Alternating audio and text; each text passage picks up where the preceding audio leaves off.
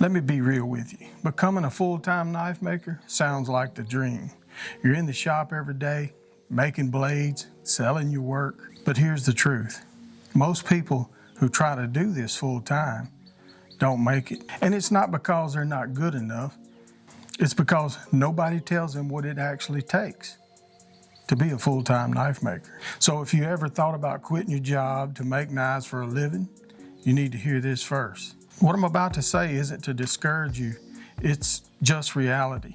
Because I've either been through it or I've watched other makers go through it. So let's start with the big one. When do you actually jump from hobby to full-time maker? Because this is where a lot of people mess up. They feel ready, but they're not looking at all the right things. You need to be asking yourself, do I have a consistent customer base? Do I have a backlog of orders? Am I turning away work? And probably the biggest one, can I survive if sales slow down? Because they will slow down. Life circumstances matter too.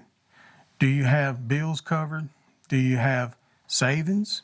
I mean, you could be living at home with mom and dad down in the basement, eating pizza and Hot Pockets, or you could have a 30-year mortgage with 4 kids and 2 car notes. It just depends on your life situation.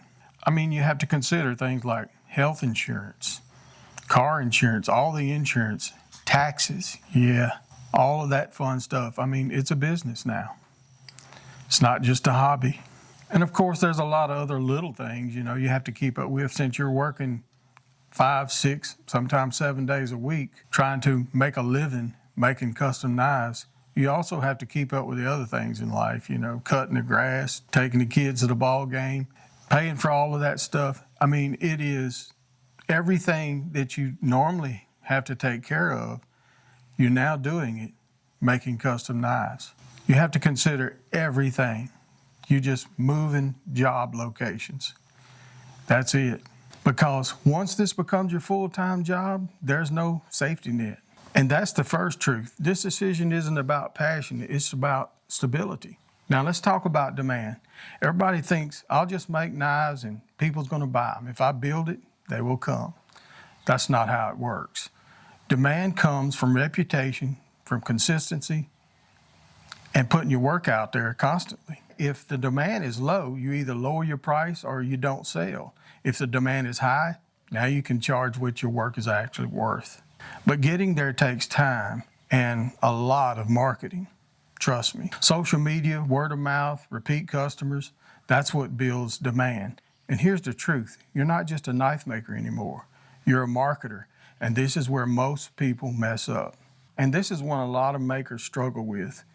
Do you build what you want or what the customer wants?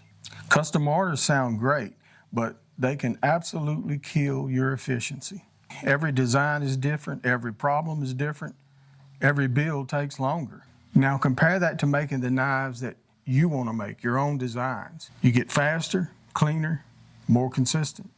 Some makers do a mix of both, and honestly, that's probably the best balance. That's what I do. But you need to understand, custom work can limit your production, and that directly affects your income. That's a hard truth a lot of people don't realize until it's too late.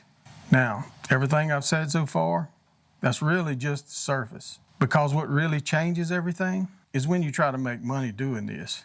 Now let's talk about growth. Because if you want to make real money doing this, you have to think beyond one knife at a time. At some point, you're going to ask, do I stay small and custom, or do I scale up? Scaling might mean production runs, more tools, better equipment, maybe even hiring some help. And this is where things start to change. Because now you're not just making knives, you're actually running a business. Some makers go full production. They stop doing customs altogether. Why? Because that's where the money is. Lower cost knives, higher volume, more consistent income. But it comes with bigger risks, bigger investments, and a whole different level of responsibility. Now, here's something people don't like to talk about. A lot of full-time makers aren't surviving on knives alone. They have other income streams. For me, it's social media.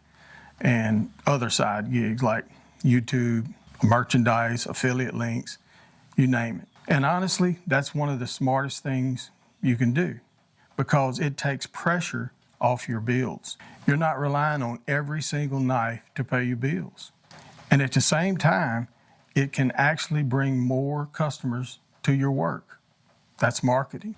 So if you're thinking about going full time, you better have a backup plan because this industry can be unpredictable.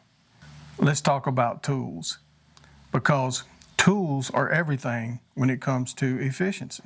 If you're trying to keep up with demand but don't have the right tools and equipment, you're going to burn out fast.